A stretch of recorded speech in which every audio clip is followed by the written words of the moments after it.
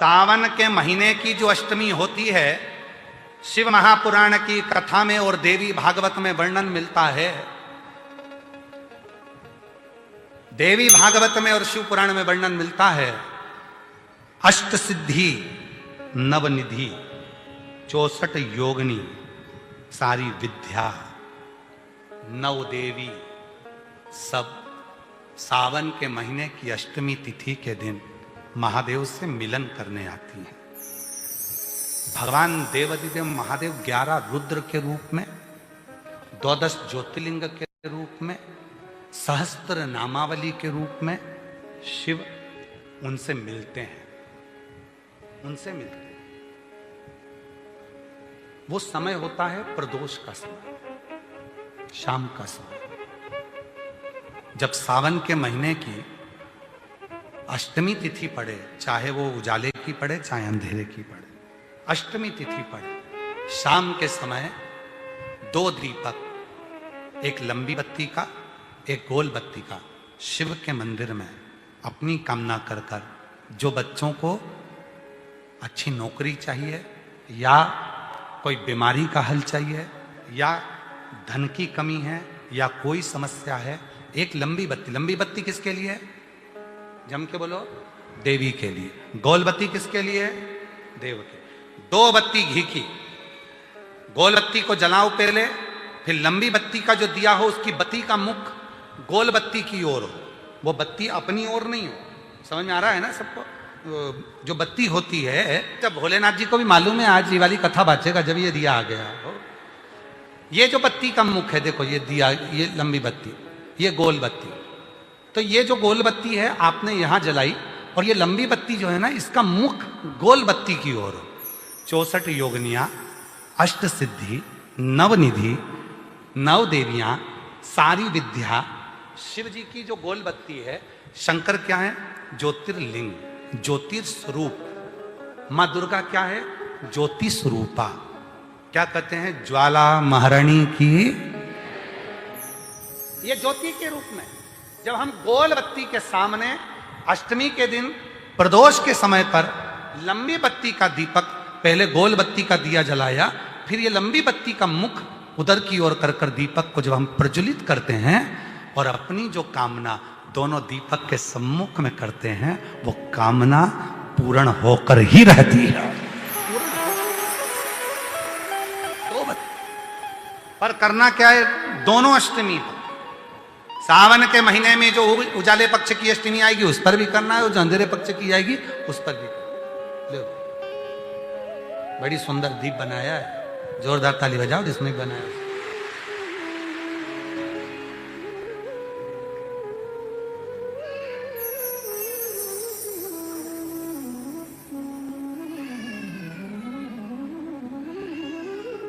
दीप उजाले पक्ष की भी अष्टमी लीजिए और अंधेरे पक्ष की भी अष्टमी लीजिए। कुछ नहीं करना, केवल प्रदोष काल में पहुंच जाओ बाबा देवाधिदेव महादेव के मंदिर में।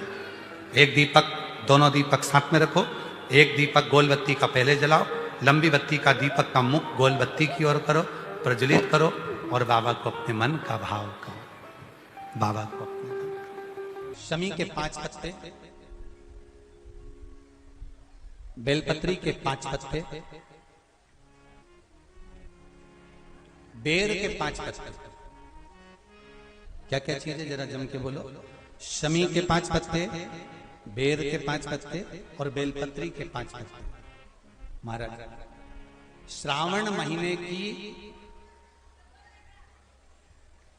दोनों अष्टमियों में से कोई भी अष्टमी, यह भी जरूरी नहीं है कि सोमवार की ही अष्टमी थी। श्रावण महीने की दोनों अष्टमियों में से कोई भी अष्टमी को बेर के पत्ते पर लाल चंदन, बेलपत्री के पत्ते पर पीला चंदन, शमी के पत्र पर केवल कोई चंदन लगाने की जरूरत नहीं, सादा केवल एकदम कुछ भी उसमें लगाकर नहीं, सिंपल। पहले लाल चंदन वाले पत्ते, फिर बेलपत्री के पत्ते, फिर शमी के पत्ते शिवलिंग के ऊपर समर्पित कर कर उसको उठाकर वापस लाकर बेलपत्री के पेड़ के नीचे ही 1 लोटा जल समर्पित कर कर पहले पत्ते चढ़ा देंगे, फिर लोटा भर जल समर्पित कर देंगे। उसी चढ़े हुए पत्तों में से 5 बेलपत्र को लेकर अपने घर जा गया। और अवधूतेश्वर महादेव, कौन से महादेव? अवधूतेश्वर महादेव। ये अवधूतेश्वर महादेव कौन से हैं? आपको कथा में कई बार वर्णन करा गया है। शंकर भगवान को क्रोध आया, ब्रह्मा जी ने क्रोध को लिया, समुद्र में डाला। उस रूप को क्रोध का एक रूप था, क्योंकि जो मदिरा पान करने वाले होते हैं, व्यसन करने वाले होते हैं, गलत काम करने वाले होते हैं, इनको सुधार करे जाओ। जितना तुम समझाओगे ये उतना बबूला होंगे। तुम बच्चों से कहोगे गलत लड़के के साथ रहना मत रहे, तो और ज्यादा क्रोध करेगा, और चिड़चिड़ करेगा, और अपशब्द कहेगा। तो ये क्रोध को संयमित कर दे। अवधूतेश्वर महादेव, अवधूतेश्वर महादेव का स्मरण कर 5 पत्तों को लेकर आइए। कुछ समय बाद जैसा जैसा समय की अनुकूलता मिले, आप किसी मदिरा का पान करने वाले या किसी व्यक्ति को वो पत्ते दोगे या प्रसाद के रूप में दो तो अच्छी बात है, नहीं तो उस पत्ते का थोड़ा थोड़ा भाग भी प्रतिदिन मात्र 21 दिन तक अगर थोड़ा थोड़ा भाग भी दे दिया जाए तो धीरे धीरे धीरे धीरे मदिरा पान, व्यसन, गलत आदतें छूटना प्रारंभ हो जाती है और वो शंकर की शरणागति ग्रहण करते हैं। महाराज शिव अर्चना, ये तो अभी अभी लोगों की थोड़ी सी सोच गलत हो गई। ये दुनिया के लोगों को ये तो मालूम नहीं है भगवान शंकर के लिए, हाँ शंकर भगवान के पास में भांग रहती है, शंकर भगवान के पास में भांग रखी हुई होती है। शंकर भगवान का भांग का श्रृंगार होता है, क्योंकि उसको बूटी के रूप में, औषधि के रूप में लिया जाए। और कोई कहे कि शंकर भगवान भांग का नशा करते हैं, तो ये संसार के लोगों को समझा देना कि शिव भांग का नशा, मेरा भोलेनाथ भांग का नशा नहीं है, शिव नशा। जब आप किसी कार्य के लिए आगे बढ़ रहे हो और वो कार्य हो ही नहीं रहा, बहुत प्रयास कर लिया आपने और वो काम हो ही नहीं रहा, अथक प्रयास कर कर थक गए, तब घर से जब निकलो तो एक विचार कर कर निकला, मुख से कहकर निकलना कि आज मैं इस कार्य के लिए जा रहा हूं और मेरे साथ मेरा महादेव जा रहा है। कौन जा रहा है? महादेव जा रहा है। वापिस आओगे, ज्यादा से ज्यादा ये होगा 15 दिन, 20 दिन, 25 दिन, 30 दिन लगेंगे। जो कार्य कर कर आए हो उसका रिजल्ट आपके पक्ष में जरूर आएगा, क्योंकि महादेव को आप साथ लेकर जाते हैं।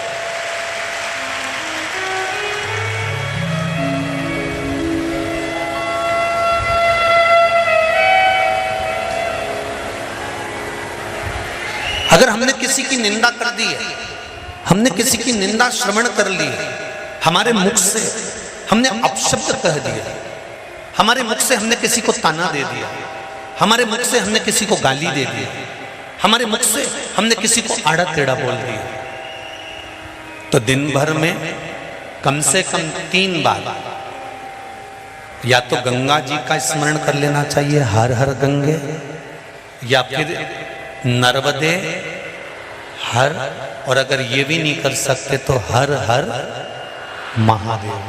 3 बार मात्र स्मरण कर लेने से जीव के मस्तक का जो पाप है वो क्षीण होने लगता है। समाप्त। तीसरे नंबर पर है भोले शंकर।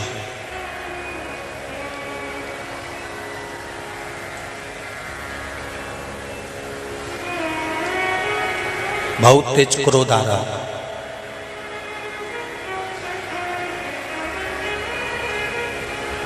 दो निर्णय पर आप बैठे हुए हो। एक मन कर रहा है इस लड़के से शादी करूं कि इस लड़के से शादी करें, इस लड़की से ब्याह करें कि इस लड़की से ब्याह करें, किराने की दुकान डालें कि जनरल स्टोर डालें, इस जगह पर नौकरी करूं कि इस जगह पर नौकरी करूं। उस समय पर जब 2 नाव सामने खड़ी है और एक नाव पर सवार होना है, उस समय पर एक बेलपत्र लेकर भोले शंकर का नाम लेकर एक बेलपत्र लेकर, भोले शंकर का नाम लेकर बेलपत्र के पेड़ के नीचे ही रखकर निर्णय ले लिया करो, वो निर्णय तुम्हारा सफल होगा, कभी भी निष्फल नहीं।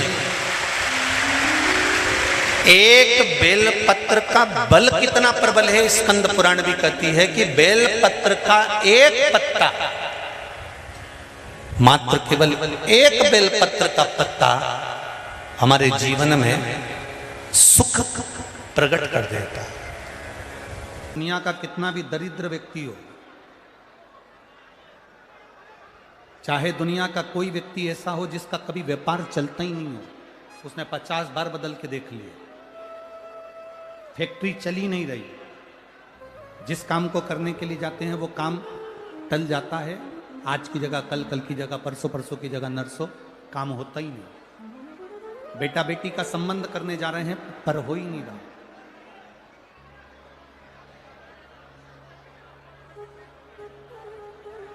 कितना भी दरिद्र से दरिद्र व्यक्ति, कितना भी दीन से दीन व्यक्ति,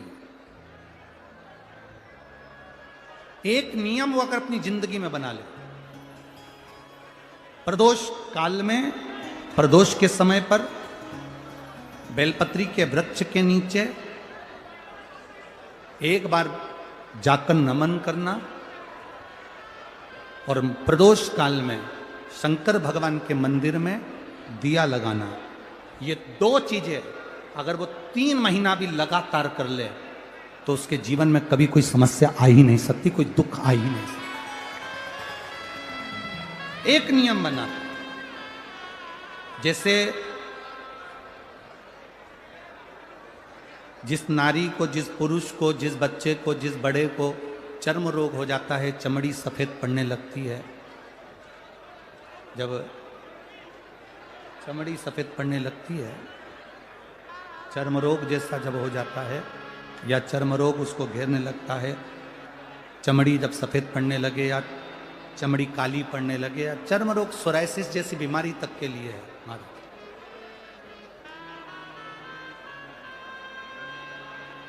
बेलपत्री के वृक्ष के नीचे की मिट्टी, बेलपत्री के वृक्ष के नीचे की मिट्टी,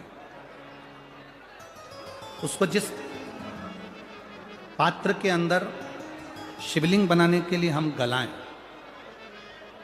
जिस पात्र के अंदर हम शिवलिंग बनाने के लिए उसको गलाएं और शिवलिंग का निर्माण कर कर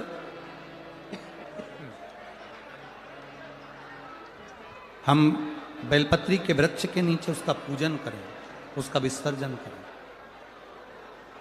और बेलपत्री के नीचे की जो मिट्टी है, जिस पात्र में गलाई जाती है, उस पात्र के पानी का स्नान, उस मिट्टी का थोड़ा सा भाग अपने शरीर पर लगाकर, जहाँ सफ़ेद चमड़ी हो रही हो या श्वेत चमड़ी हो रही हो वहाँ लगाकर और उसका स्नान करना यदि हम प्रारंभ करें। परंतु प्रदोष जैसे अपन शंकर भगवान के मंदिर जाते हैं, दर्शन करते हैं, पूजन करते हैं, उसी तरह बेलपत्री के वृक्ष के नीचे की मिट्टी को गलाकर हम शिवलिंग का निर्माण करते हैं। स्नान करना या शरीर पे लगाने के साथ में सबसे ज्यादा जरूरी है शंकर भगवान के उस शिवलिंग की पूजन करना, पार्थिव लिंग की पूजन करना। लगभग 2 शिवरात्रि निकलेगी महीने की और बाबा जहां जहां से चमड़ी सफेद हो रही होगी वहां वहां से धीरे धीरे बाबा अपने असली रंग को देना प्रारंभ कर देता है। इतना बेलपत्री के वृक्ष की पार्थिव लिंग निर्माण और पूजन की उस मिट्टी का इतना वर्णन हमारे शास्त्र करते हैं, इतना वर्णन। कैसा नीला कलर का पुष्प होता है, देखो छोटा है थोड़ा हमारे हाथ में, ये फूल का बेटा है, ठीक है, पूरा फूल नहीं है, ठीक है, फूल का बेटा है ये छोटा सा। अच्छा दिख रहा है, काय आस्था वालों दिखाओ तो सही, दिखाओ जरा बाजू में, और थोड़ा सा पास कर दो तो सबको नजर आ जाएगा। ठीक गया,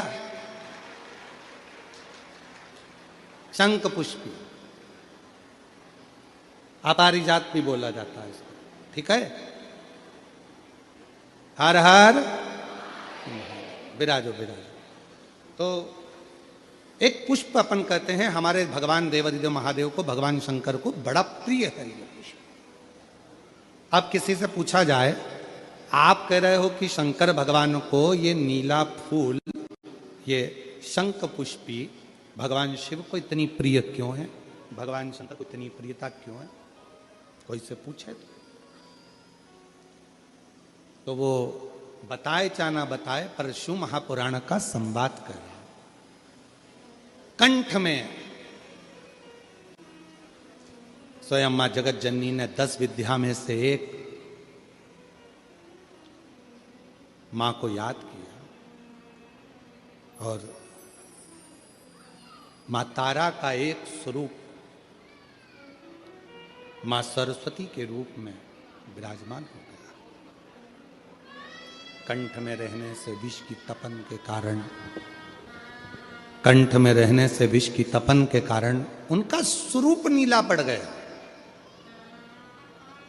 और जब उनका स्वरूप नीला पड़ गया तो भगवान देवादिदेव महादेव ने कहा, सुनो पार्वती, संसार के लोग, भूमंडल में रहने वाला यदि कोई भी मानव जिसकी विवेकता, बुद्धि, विचार, सोच, ज्ञान थोड़ा सा भी अगर उसमें कम है, तो वो नील सरस्वती का यदि आवाहन करे, मां नील सरस्वती स्तोत्र का पाठ करे, मां नील सरस्वती की स्मरण करे, तो उसकी विवेक, उसकी बुद्धि तीव्र होती है, श्रेष्ठ होती है। और सुनो पार्वती, यदि मान लो कोई नील सरस्वती का स्तोत्र का पाठ नहीं कर पाए, आराधना नहीं कर पाए, साधना नहीं कर पाए, स्मरण ना कर पाए, अगर कोई बच्चा एक शंख पुष्पी पुष्प को समर्पित कर कर जलाधारी पर, और 1 लोटा जल यदि वो समर्पित करता है, और उस जल का आचमन कोई बच्चा नित्य प्रति करता है, तो वो बच्चा धीरे धीरे विद्वत्ता धारण करता ही जाता है। जो याद करता है वो भूलता नहीं। ये मां नील सरस्वती की कथा है। 2 सरस्वती का दर्शन आपको और हमको होता है, 2 सरस्वती का स्मरण आप और हम करते हैं। एक सरस्वती जो स्वयं श्वेत वस्त्र धारण करी है, हंस पर बैठी हैं, और बड़े आनंद के साथ में मां सरस्वती का सुंदर स्वरूप है। पर एक सरस्वती ऐसी हैं जो नीला उनका स्वरूप है, और नील सरस्वती के रूप में उनकी पूजन होती है। मां नील सरस्वती। महाराज,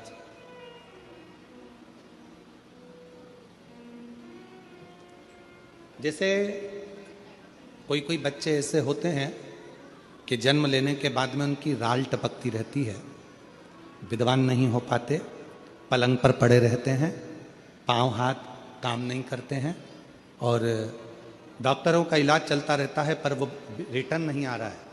ये इनको बढ़ाओ ना। बच्चों की मुख से राल टपकती रहती है, विद्वत्ता नहीं रहती, माइंड थोड़ा सा कमजोर होता है, और शरीर भी उनका थोड़ा शिथिल रहता है। शरीर तो कई लोग कह देते हैं कि ये बच्चा थोड़ा जल्दी जन्म ले लिया, इसलिए ऐसा हो गया, प्रीमेच्योर हो गया, ऐसा हो गया, वैसा हो गया। दवाइयाँ भी चलती हैं, इलाज भी चलता है, पर उसका कोई लाभ नहीं मिल पाता, और वो बच्चा पलंग पर पड़ा रहता है, राल टपकती रहती है, बुद्धि काम नहीं करती। छोटे छोटे, भले वो 20 साल का हो गया, पर 8-10 साल के बच्चों जैसी उसमें विवेकता होती है, बुद्धि होती है। मेरा निवेदन है उन माताओं से, थोड़ी मेहनत आपको करना पड़ेगी उस बच्चे के लिए। अष्टमी, नवमी और चतुर्दशी 3 तिथियां पकड़ कर रखना। कौन कौन सी? जम के बोलो। अष्टमी, नवमी, चतुर्दशी। ये 3 तिथियां ऐसी हैं, चतुर्दशी अमावस्या की भी और चतुर्दशी पूर्णिमा की। अष्टमी नवमी अमावस्या की भी और अष्टमी नवमी पूर्णिमा की। ये वो तिथियां हैं जिन तिथियों में मां नील सरस्वती का स्तोत्र का पाठ कर कर एक शंख पुष्पी पुष्प एक अपारिजात का पुष्प जलाधारी पर रखकर 7 बार अगर जल का पात्र से जल चढ़ाया जाए और उसी जल को कटोरी में झेल लिया जाए, उस जल को 3 दिन तक लगातार यदि सुबह दोपहर शाम रोज उस बच्चे को देना चालू करिए, उसके हाथ पैर भी काम करना प्रारंभ करेंगे, उसकी बुद्धि भी काम करना प्रारंभ करेगी। जो वो पलंग पर पड़े पड़े राल टपकाता रहता है, उसको लोग कहते हैं कि 18 साल का हो गया और दिमाग केवल 10 साल का है, 5 साल का है, उसमें धीरे धीरे बुद्धि प्रबल होना प्रारंभ हो जाएगी और वो भी एक दिन कार्य करना प्रारंभ कर देगा।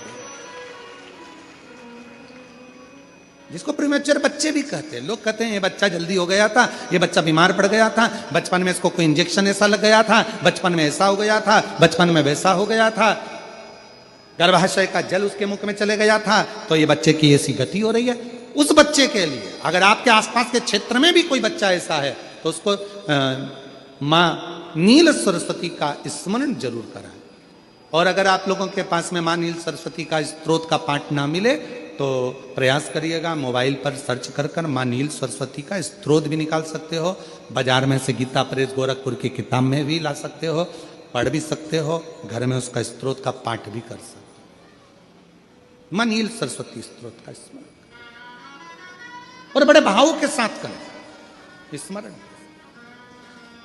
और कोई कोई माताएं कह देती हैं, कोई बच्चा कह देता है मम्मी मुझे याद नहीं होता, याद करता हूं परीक्षा हॉल में जाकर भूल जाता हूं, मैं कुछ पढ़ता हूं बाद में जाके भूल जाता हूं, स्मरण में नहीं रहता। तो उनसे भी निवेदन है, आप माँ नील पाठ नहीं पढ़ सकते, स्तोत्र नहीं कर सकते, संस्कृत में नहीं पढ़ सकते, तो माँ नील सरस्वती के नाम से अष्टमी, नवमी और चतुर्दशी के दिन एक शंख पुष्पी पुष्प को, नीला कलर का जो फूल होता है बेल में लगा होता है, जो शिव जी को अति प्रिय होता है, उस पुष्प को आप जलाधारी पर रख दीजिए। जलाधारी जानते हो ना सब लोग, शिवलिंग पर नहीं, जलाधारी पर रख दीजिए और जल चढ़ाना 7 बार प्रारंभ करिए।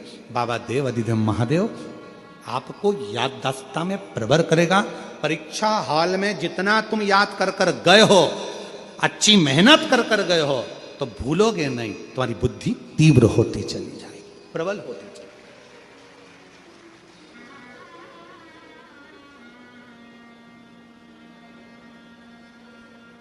आजकल आयुर्वेद में आप लोग अगर आयुर्वेदिक दवाइयाँ लेते होंगे, आयुर्वेद वालों के पास यदि जाते होंगे, तो वो भी अगर बच्चा पढ़ने में कमजोर है, बुद्धि से कमजोर है, तो उसको शंख पुष्पी की चाय पीने का भी कहते हैं।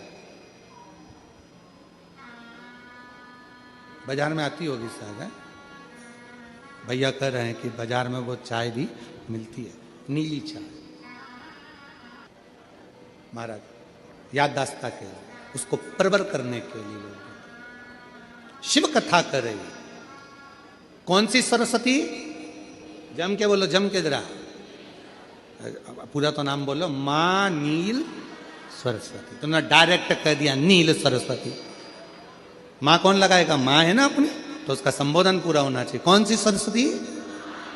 माँ नील सरस्वती का स्मरण सुख देता, आनंद।